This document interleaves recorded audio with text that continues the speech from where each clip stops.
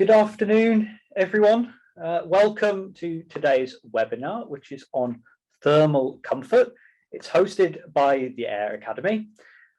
So you might say, well, why are the Air Academy presenting this? Who are they?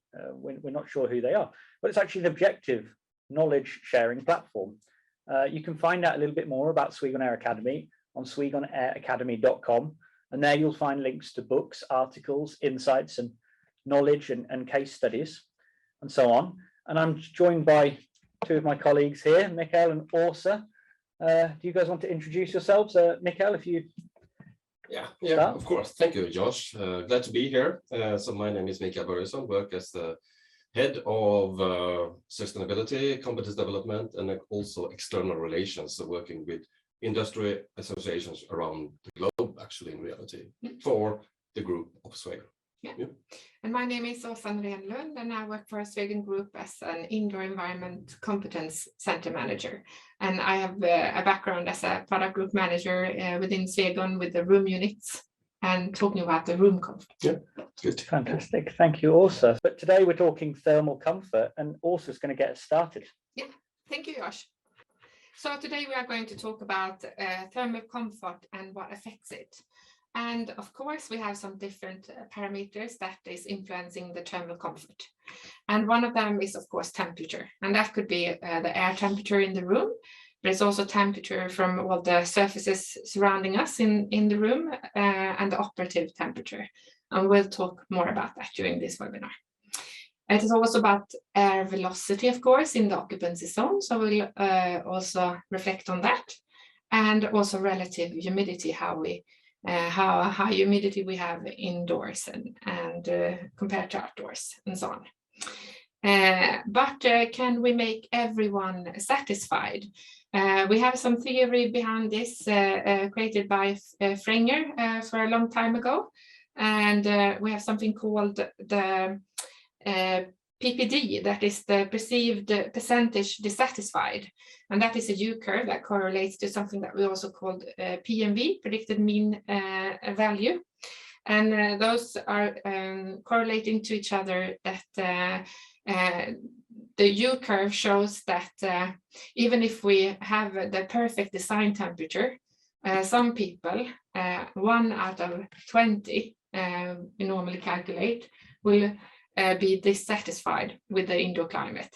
So, but we will try and inform you during this webinar how you can achieve as close to that figure as possible to get around 80–90% satisfied, and what you should consider when doing that.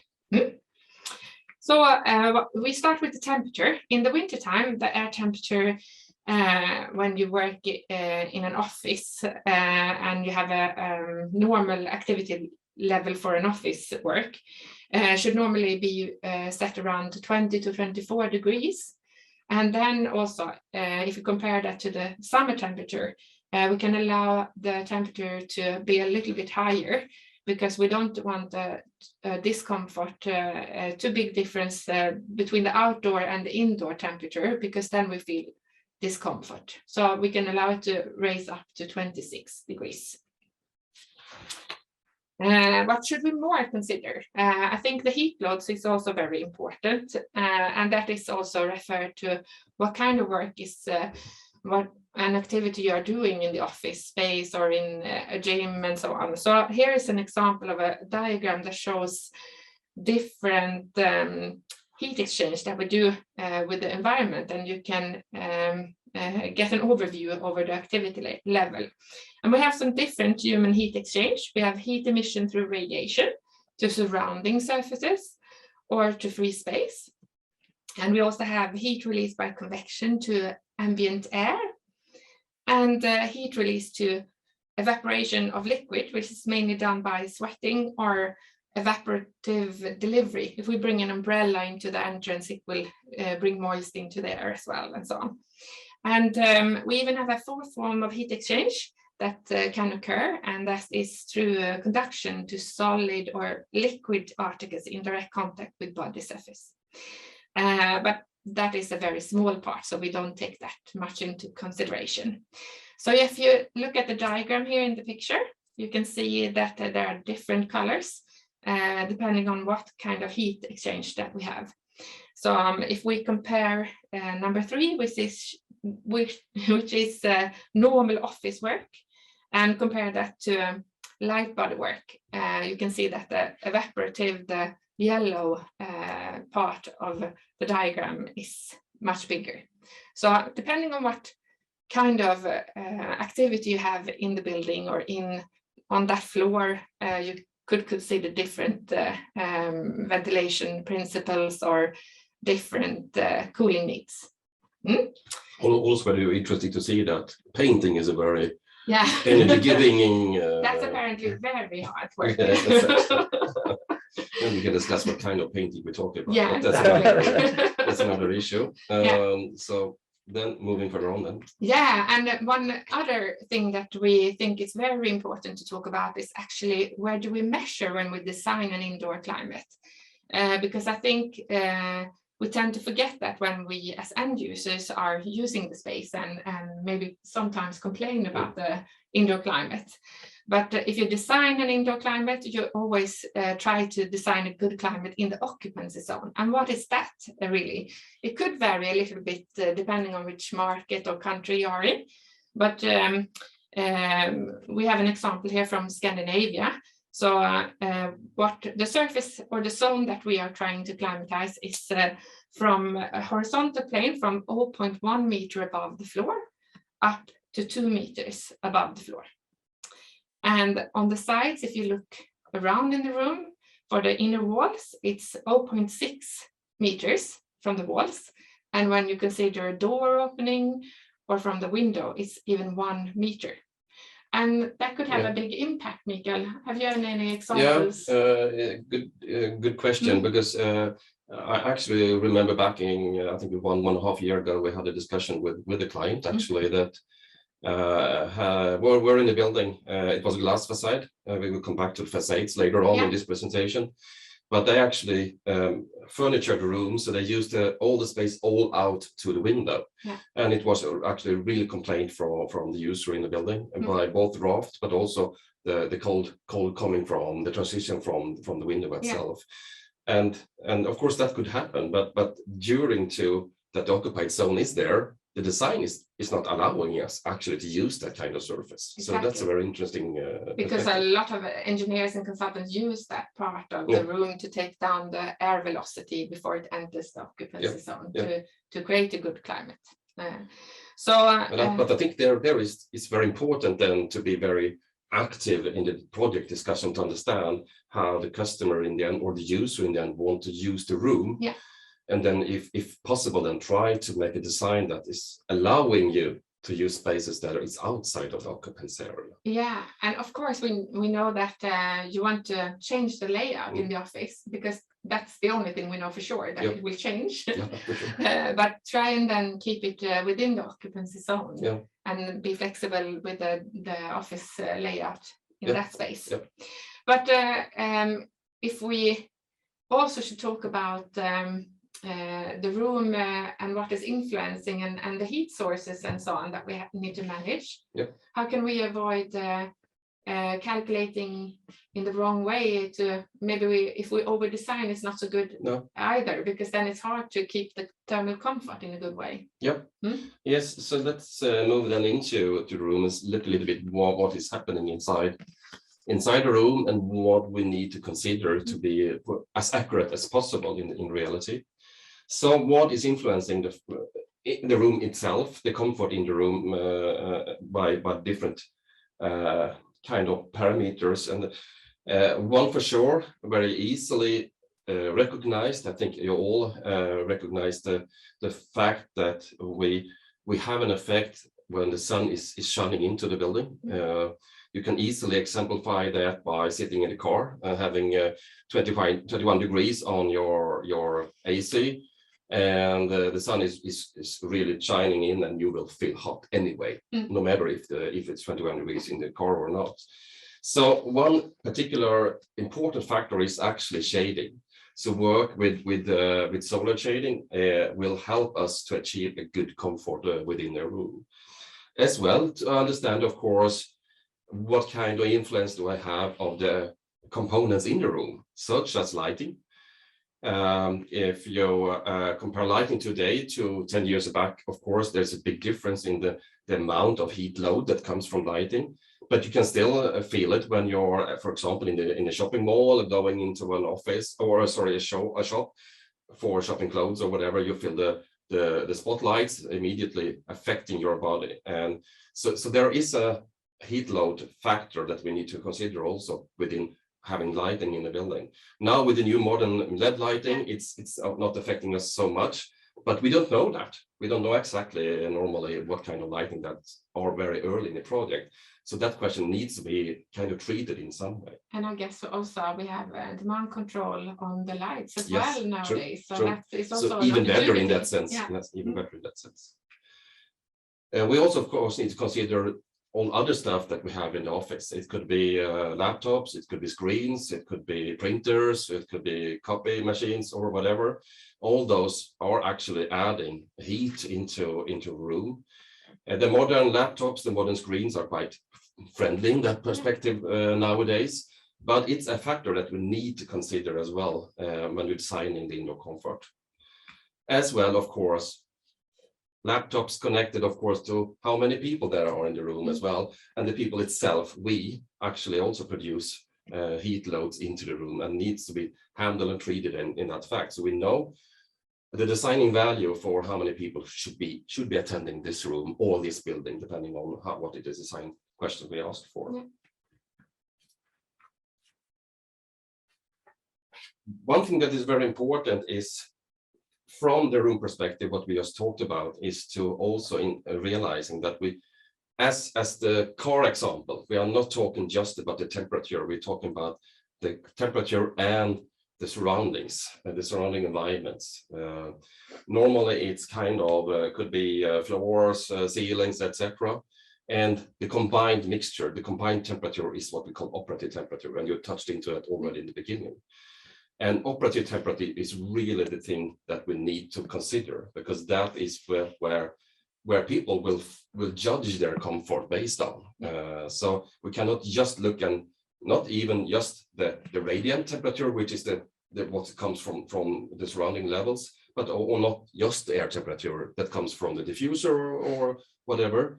It's the mixed temperature that we are interested in, the operative temperature. And by calculating the operative temperature, you need to understand what kind of floor, ceiling, walls do you have, what kind of windows do we have. And we will come back to that a little bit later on as well, to describe and discuss a little bit how big impact does that have, and how should we consider that into the discussion regarding designing good comfort indoors. Yeah. And another factor that also affects us is the clothes we are wearing. This is quite easy to understand, that if you have someone in a suit and a shirt, then they're quite well dressed and they will not be so sensitive towards temperature. But if we have, for example, women in summertime who has a light blouse or a skirt on, then they have not 1.0 glow, as we normally refer to a normal male dressed person. And that could be something that complicates things if you have a big office landscape and you have a mix between women and men, and in summertime that could be a source of conflict because everyone wants a different temperature. So in that case, you should also consider maybe to divide the climate into different zones when we are now working in more hybrid office space to get as many people as possible satisfied with the indoor temperature. That's good. And if we look at the temperature, the operating temperatures that we were talking about, and we look at what is the best setting, if you have a dress factor called 1.0 glow, which is more of a suit, not maybe a fur in that case, then to achieve the highest quality of indoor climate, which is TQ1, when you have like 90% satisfied in the room, then you should have between 20 and 24 in the wintertime. And if you have TQ2, which is the next highest level, you will have like 85% satisfied in the room. Then the temperature should be between 20 and 23 degrees in the wintertime. And if we then look at the corresponding figures for the summer case, where we have a little less clothes on, then we see that the temperature range is not that big, because we will be more affected by the temperature here and the deviations. But then you should keep around 23 degrees to get the highest ranking or classifications. And then TQ2, you have a span between 23 and 26 degrees. So what you just say, yes, there are guidance to fit the right comfort, depending on what kind of quality you want to achieve in the end. Exactly. Yeah. And of course, we have some days during the summertime when the outdoor temperature maybe rise even above this. Yeah. So it could be also something sustainable to also monitor the outdoor temperature and maybe raise the temperature even more to save energy and also keep everyone happy. Because if it's too big difference between outdoor and indoor, we will also feel uncomfortable. Yeah. Good. And that's also mentioned that to point out that it correlates to the cloth factor, the dress factor. So that has to be in consideration also, depending on what kind of users that would be in the building. Exactly. Yeah. So if we then look at the air velocity, that is also a very important factor not to feel discomfort. Then to achieve the highest classification, you should be around 0.10, 0.15, which is very, very hard to achieve. Yeah. Here in Scandinavia, we aim normally for 0.2 meters per second to achieve a very good comfort in the room when it comes to not creating draft. Yeah. That's hardly noticeable. And coming back to, you mentioned the occupancy zone before. This is also a part where you actually, if you have products that are suitable for adjustment of the air pattern, you can directly prevent draft by handling air pattern in a different way. Yeah, so I think also the room products are really important that you consider not just putting up a simple diffuser, but it should also be flexible or an induction unit or whatever you want as a system. That if you put up a wall or you change your furniture, that you could change the air direction, maybe even change how much air comes out in each direction if you have like an induction unit. Yeah, and that could help, of course, this air velocity. Yeah, could be a very good investment compared to handling complaints. If you also are talking about the room products, it's also very important to see to that you avoid something called vertical temperature difference or stratification. So it means that the temperature difference from 0.0 up to 1.1 meter in the occupancy zone should not differ too much. And there are some also guidance here, which classification you are aiming for to achieve. And so preferably it should not be bigger than 3 degrees here to not feel discomfort. So if the difference on 1.1 meters differs too much from 0.1 meter, you feel discomfort because we are very sensitive to different temperatures depending on. So what that means in reality, we need to be very we need to have control of the mixing ratio in the room all over, I guess. Yeah. So we want to have as even mixture of the air as possible when coming out of the product and as quickly as possible. This is interesting. I'm not sure everyone is realizing this. Yeah, so this could be the reason for a complaint, actually. Yeah, it could be. Yeah. And then especially also if you try to heat with a product that is installed in the ceiling, because that is also possible. You should see to that you have a good performance when it comes to mixing with the room air, and maybe not even use too high temperature, even if you instinctively want to have as high temperature as possible, like you have on your radiator. For a water-based induction unit, for example, you should keep the temperature like 35-45 degrees when heating, because then you will have a very much better mixing with the room air. So the difference between the room air and the supply air from the unit will mix better and faster. That's a good idea. And how do you do it? How can you achieve this, and how can you be sure that you have designed it in a proper way and use the right units? Then you can check this also in different tools. And one tool that we use in Swegon is CFD calculations. And in this picture that we are showing now, you can see the temperature of the air in the room.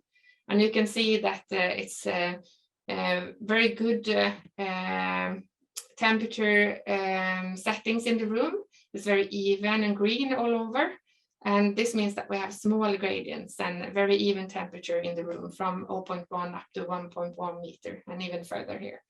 And you can also see the temperature is a little bit warmer at the extract air and also above your head normally, because you generate also heating, of course.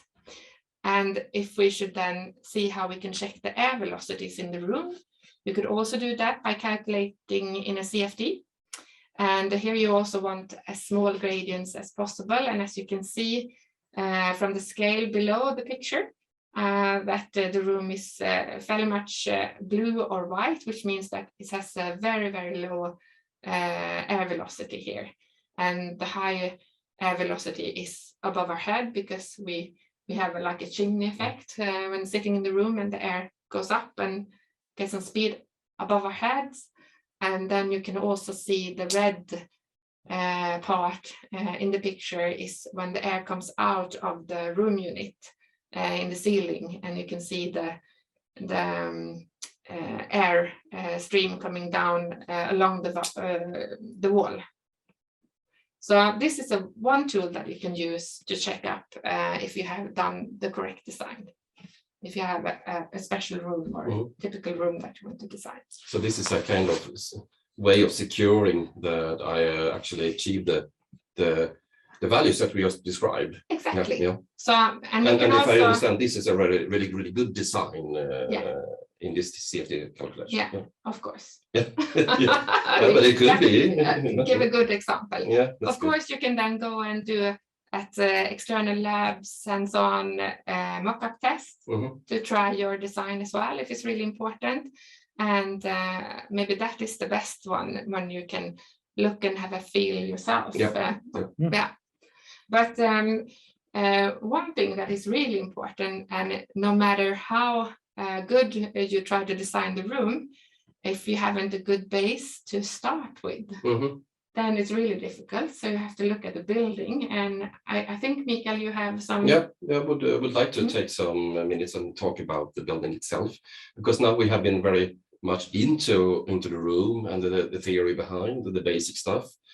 But of course, the building itself is important, and that could not be neglected. We need to consider that as well, even if that might not be a part of an HVAC project. But we are definitely influenced by how the design looks for the building itself, because the internal factors are really reacting on the external factors, so to speak. Yeah, so it's really good to understand how the building is designed and what that will, how it will affect your climate. And for example, we talked about sun before, and talking about orientation of buildings could definitely be one that is a game changer when we talk about design, depending on the orientation of south, north, east, west. If you're going for example, Scandinavian market, where we are right now, if you have a west facade with a lot of windows, you will have a lot of sun radiation coming in, because you have a low standing sun many hours of the day. And that would be different compared to if I would be in a Mediterranean discussion. So you need to understand the kind of orientation of the building itself. And of course, you also need to understand the different facades that the building is done by. You can go from a thick brick facade, which will have different thermal consistence rather than a wooden or steel plate facade, and that will for sure change the need within the building itself. You can also discuss windows. We will talk about window and the kind of insulation capability in just a minute, and the number of windows and how they are situated in the facade will also affect how we will need to handle the HVAC design within the building itself. Coming back then to sun shading, we talked about sun shading before when we were in the room. Even better is to handle the sun shading outside the facade and not letting the heat coming into the room, even if you can remove the radiation by having the sun shading in the room.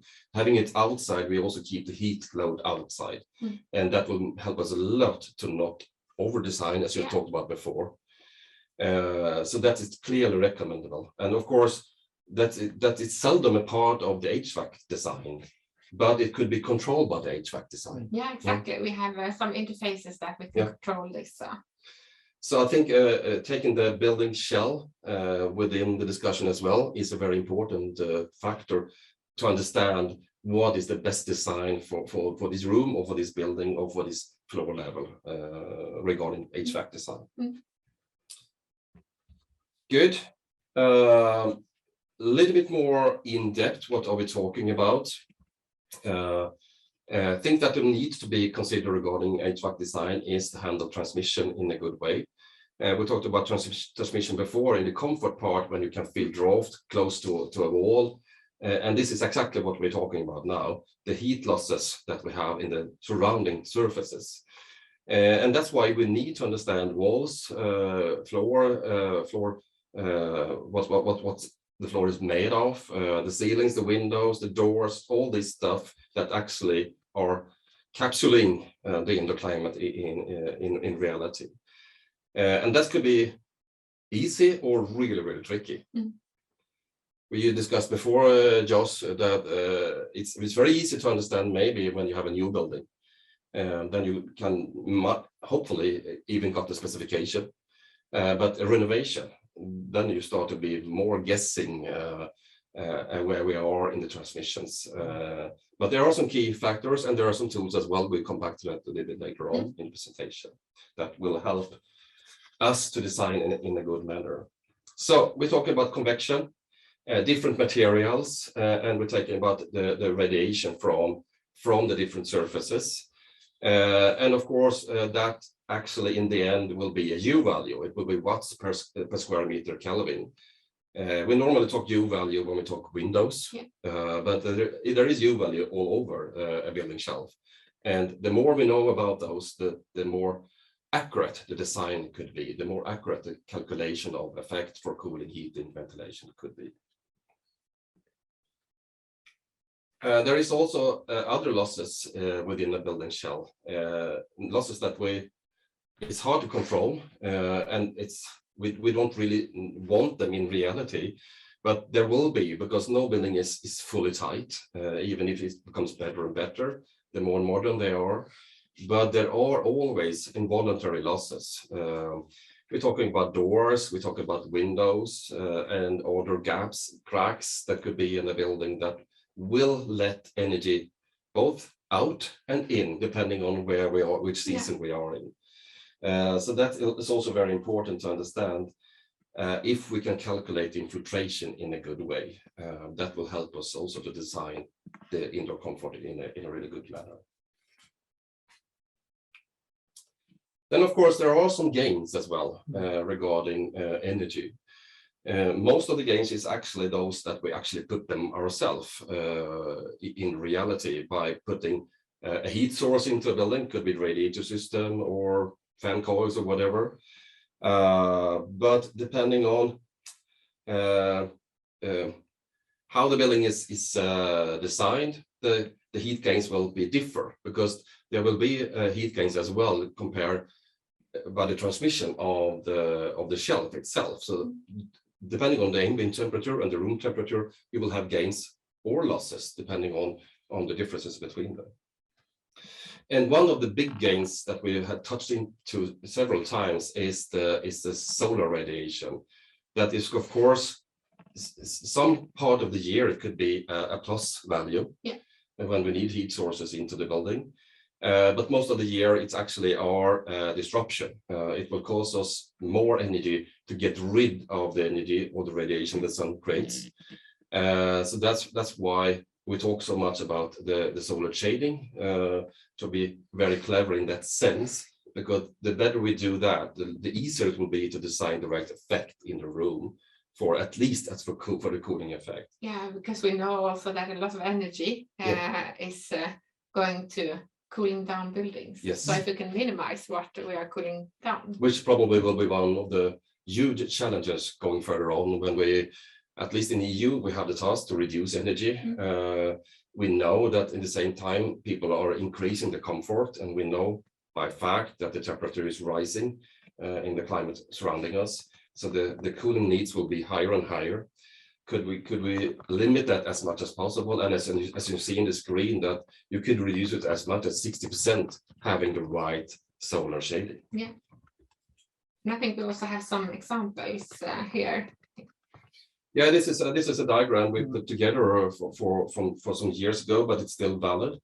It describes actually the building envelope from a very kind of generic perspective, that you have light building types, you have medium, and you have heavy, going from more or less wooden to brick construction or concrete.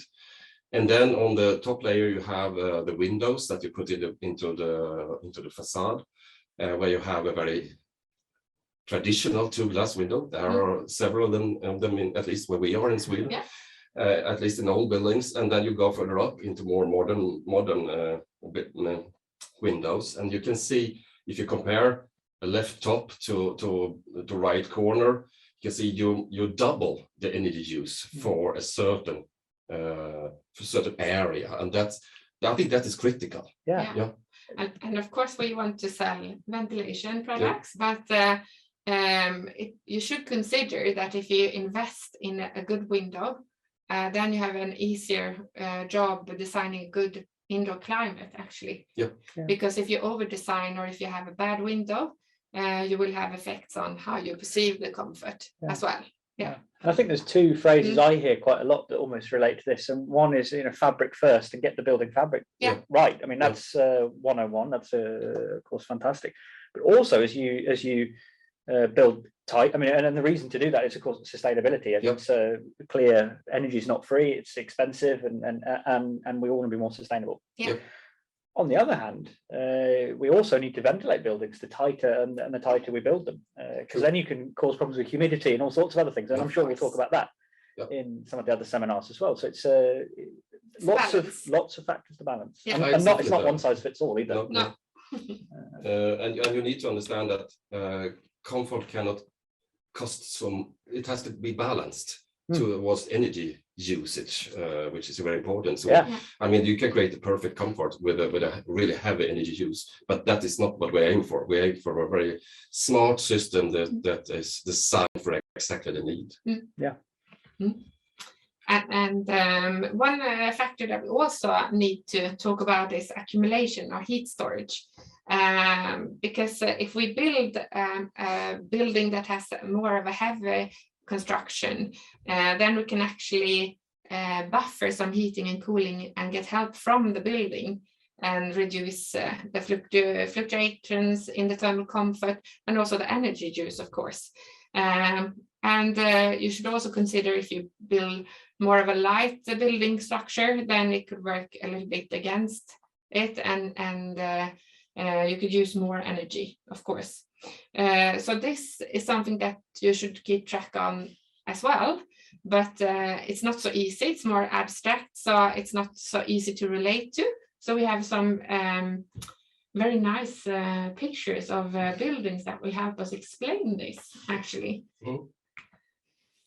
And if you look at the very old building like the Sphinx in Egypt, it's very easy to understand that this is a heavy construction, and it will store energy in a good way, and it can also keep and balance the energy, so you can feel have a good climate indoor. But for us, that is also quite old. We also have learned about how it is to be standing in a telephone booth in London, Josh.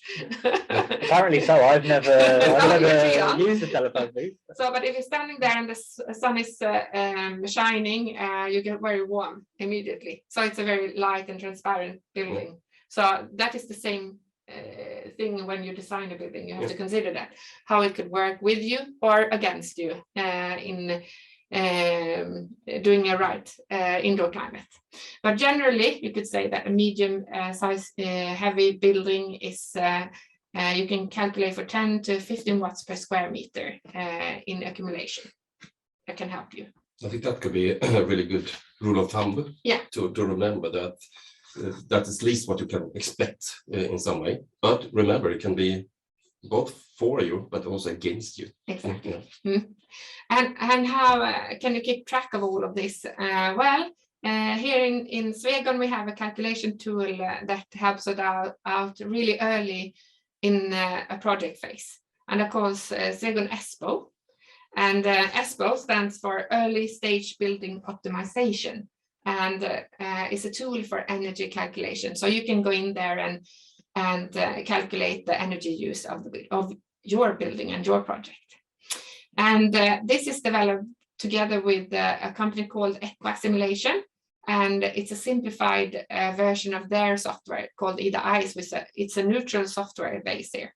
So you should know that. And there are several different tools of this kind on the market. And we would recommend you to use that. Start in the project. Just don't use your old rules of thumb because things changes. Sometimes you get more people into an office floor because you need to design it in that way. And sometimes it's less. And then you have to calculate what energy use you have.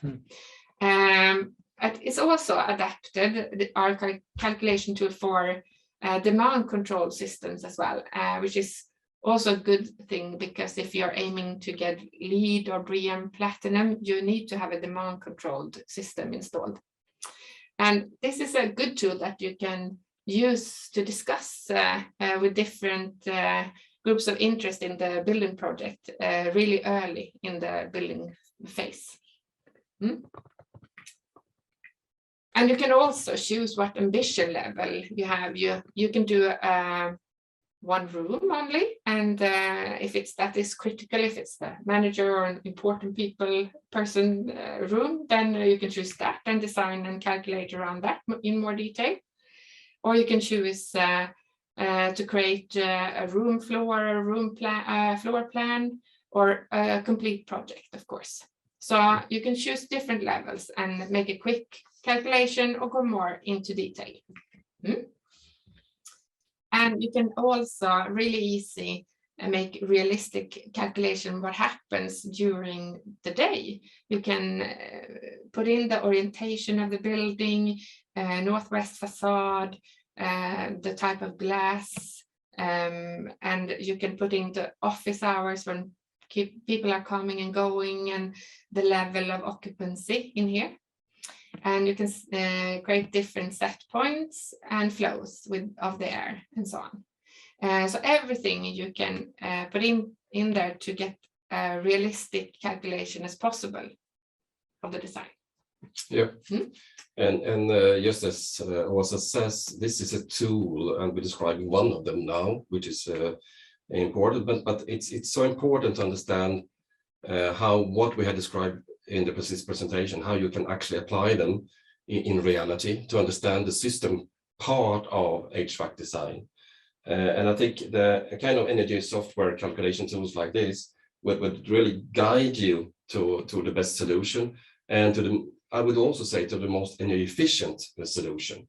So you're actually balancing the comfort level with the energy users, and you will have a good selection software that helps you to do the right solution in the end. And of course, comparing, as you say, also a constant air volume with the variable air volume or demand controlled air volume. See what in this project what suits us best. There is no one and only answer. Exactly. No, it's not one size fits all. It's definitely depending. It should be tailor-made to the project that you are working with right now. Or of course, you can change different setups as well, as you see in the screen, airborne versus waterborne, for example, or maybe a hybrid version as well.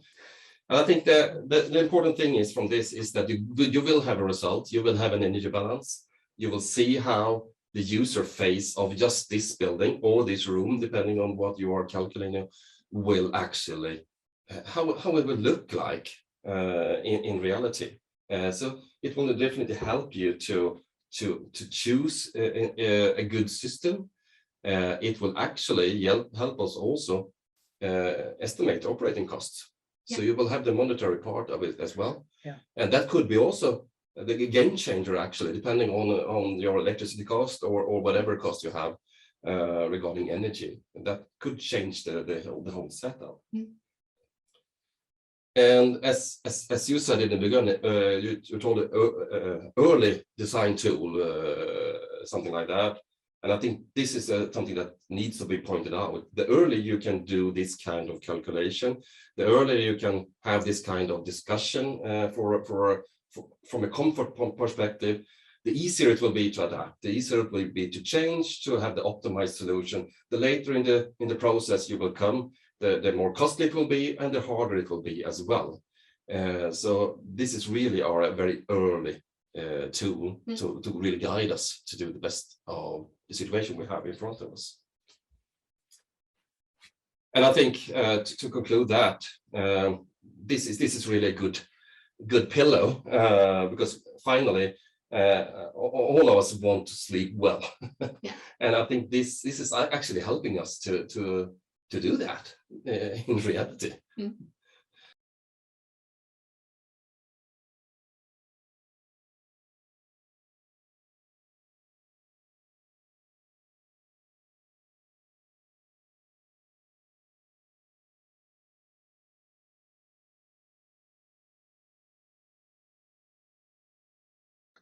Good conclusion there, Mikael. Thank you. So to sum up a bit what we have talked about today,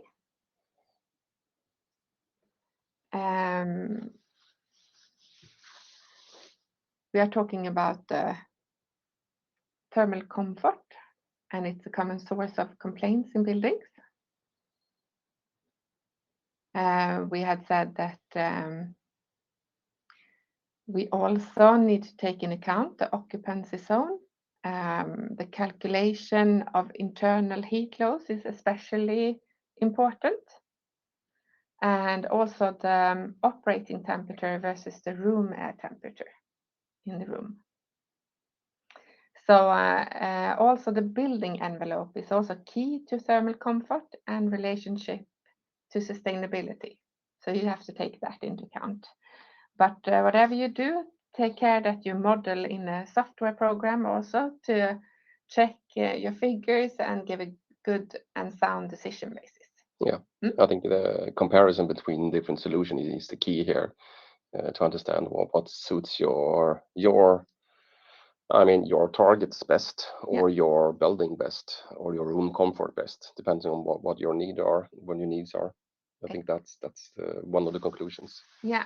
So thank you very much for this, and then we will look into the chat if we have any questions. And we have one from Alice, Mikael, here, that she says, you talked about different perceptions of comfort.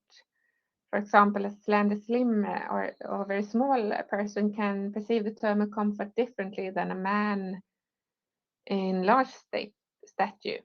Is it based on gender or physiological characteristics of people? And what influence it could have on perception and indoor comfort? Where do I find more info?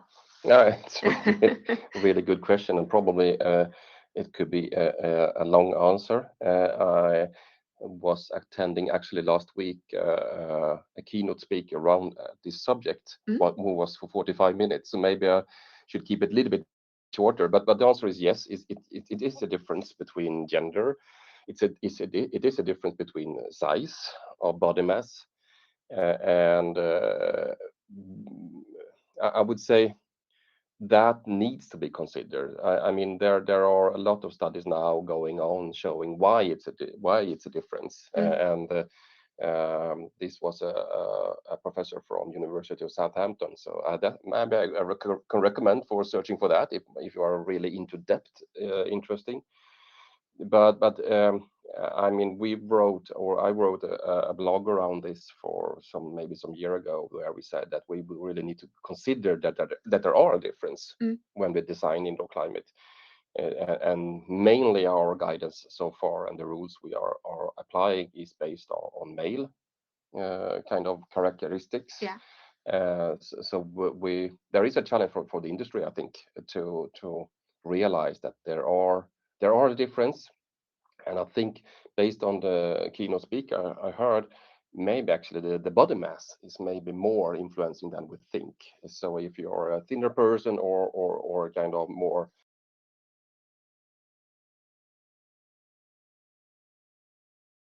have a more dense to feel the difference in temperature vary to, or for sure look more into that, and hopefully we can have also a webinar around this topic somewhere. Exactly.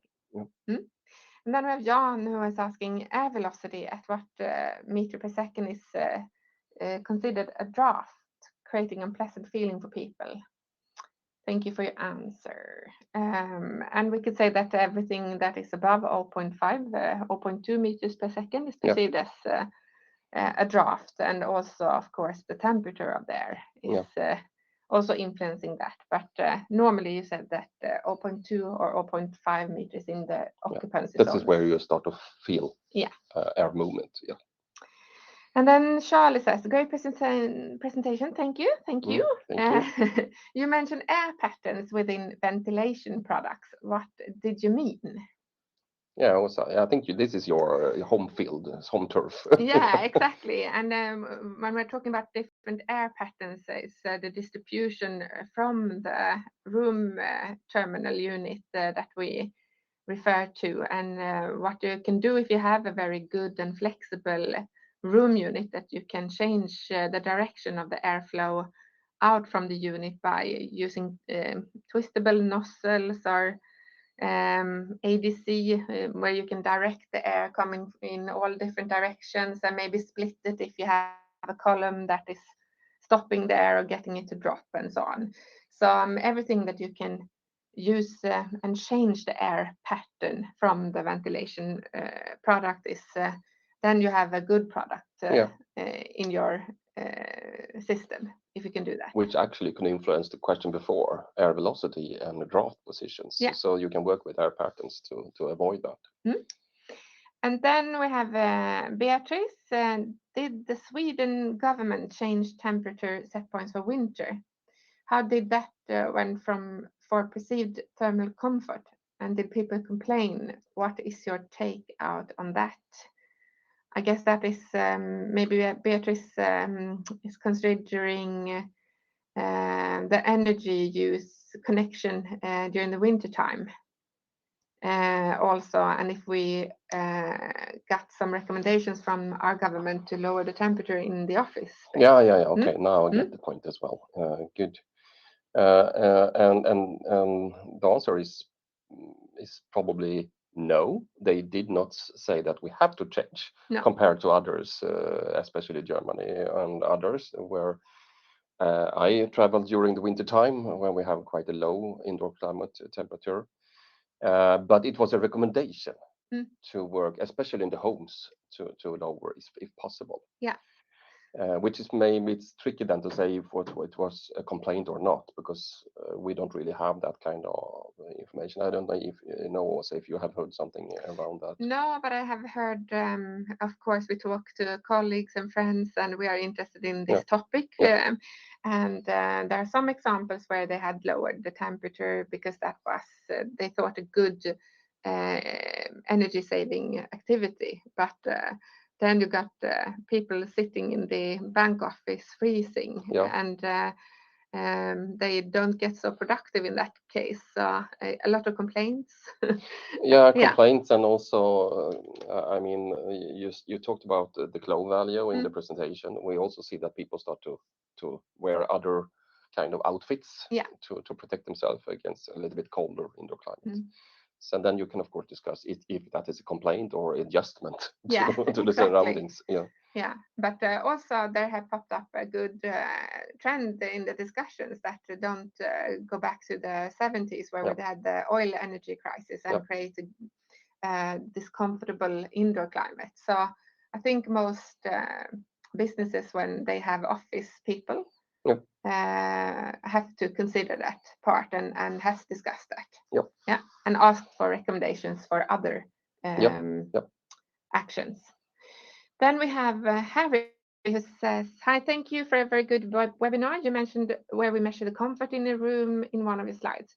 Wouldn't it be a good idea to have such a measuring device for a person to see, for example, at the office? Display somehow the measured parameters about comfort. What are your thoughts about that?" Yeah, I think it's a very interesting kind of topic. Also not so easy just to frame, but the very easy answer is yes. It would be very. I think it would be very good to present the indoor climate in many ways. But comfort is just not temperature. It can also be the air quality, etc. So the trick here, I think, is to make it understandable. So you can convert the measures you see to something that you can understand. Do I need to? Why do I feel discomfort? Is it too low temperature, or is the particles in the air too high, or whatever? So there is a work. I think the industry has a challenge here to actually find out how do we. What we sometimes say is visualizing the invisible, because the invisible is the room climate. And for sure, so the simple answer is yes. The question is a little bit how to make it understandable. Yeah, and I think also this will reduce the complaints in when it comes to blaming the ventilation for everything. And maybe you find out the real picture here. What is the real problem? So I think it's positive from an end user point of view, but also for the facility managers in their hunt for adjusting everything to meet the and of needs. course, I saw also some research actually take it one step further, when you can give your input directly from your smartwatch or whatever directly into the system for measuring kind of satisfaction levels. And so there are some steps towards this, but I think there is a development that needs to be done to make it really accessible. And Beatrice has commented to Alice, implications of lower indoor temperatures, not cool for cold susceptible individuals across both sexes, from Rupp et al. That's a good reference. 2023 is a very good research paper regarding that matter. So very good. Thank you for referring to that live here. And Eugene, after my short customer discovery of families in Sweden who have recently moved into new houses, single dwellings or 2-3 stories, I found that in a country with one of the most expensive housing prices, none of my respondents are having HVAC with heat recuperation inside. Is it related to noise discomfort prior to the energy savings? Maybe, Mikael, you have recently moved into a 3 or 4 story. That's actually very interesting. I definitely, since I live in Sweden, I just bought a newly produced apartment, which included HVAC with energy recovery system, rotor actually in this case, rotor energy recovery. But I mean, you need to read the questions once more. So none of them are having an HVAC with heat recovery inside. I would say if you're talking new built, this is a must. That's need. You need to have some kind of. You need to provide air quality, meaning that you need to ensure a number of air changes per hour. So I would say probably if you're looking back, before the 80s, probably you will find houses like that without any HVAC or structured way of doing ventilation or thermal comfort within the buildings. But here also refers that it is new houses, so that is interesting. Yeah, but I think there could be some. It could be tricky because sometimes the HVAC is handled locally in the apartments, but also sometimes centrally. But you also have a very popular system in Sweden what it calls extract air heat pump systems, where you actually just taking the air from, for example, toilets, showers, and kitchens, and then having the extract air heat pump exchanging the energy back to the water-based system. So I would say that it's hard to build something new without some kind of energy recovery, but it doesn't need to be an HVAC system, or it is an HVAC system as well. Be an extract air heat pump. Yes, and that's a very common solution with pros and cons to say. Okay, but that was a really good and interesting questions, and we don't have any more questions at the moment, and we should say thank you for listening in to the webinar, and please check in on swegonairacademy.com/webinars for further information about upcoming webinars, and here you can also watch previous webinars from this spring and last year if you're interested in different topics, and also if you want to register on our newsletter to get the latest info when we announce the next webinar for this fall. Yes, and of course you will find our contact details as well if you have some specific question to us. And feel free to contact us by email or such. Thank you. Thank you for today, and see you next time. Absolutely. Yeah. Bye-bye. Bye-bye.